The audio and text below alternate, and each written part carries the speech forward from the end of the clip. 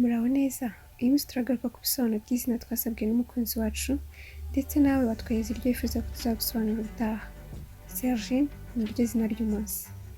Sergine ni izina rikunze guhabwa abana b'abakobwa, rikaba rikunze gusangwa mu bihugu birimo Repubulika Iharanira Demokarasi ya Congo n'ibihugu bivuga Igifaransa cyane. Mu gusobanura izina ubwaryo, Sergine turasanga rifite aho rihuriye cyane na Sergius, izina ry'Ikiromani risobanuye umurinzi.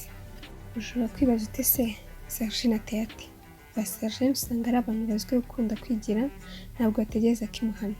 Ni abantu badatinya gufata inshingano n'imyanzuro ikakaye ndetse bagakunda iteka gufasha abandi. Iyo bigeze mu rukundo, ba Sergine usanga ari abantu b'indahemuka cyane kubo bakundana nabo.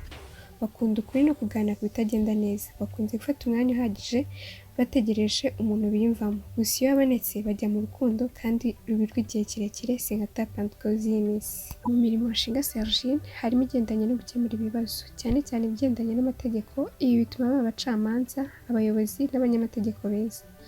Nanone Sergine yakwisanga mu buganga no kuba rwiyemezamirimo. Niba warahuye na Sergine, buri umwe agira imyitwarire n'imiterere itandukanye, gusa birashoboka ko hari byinshi wasanze Sergine w'imusabure na Sergine uzi. Niba uzanye na Sergine umubwiye ko tumusuhuza, ukore share, kandi niba witwa Sergine ukaba wumvise twavuze ibidahuye nawe, utwandike muri comment tubwire ibihuye. Ntugende udakoze subscribe kugira uzabone natwe ubutaha. Murakoze, nawe ubutaha.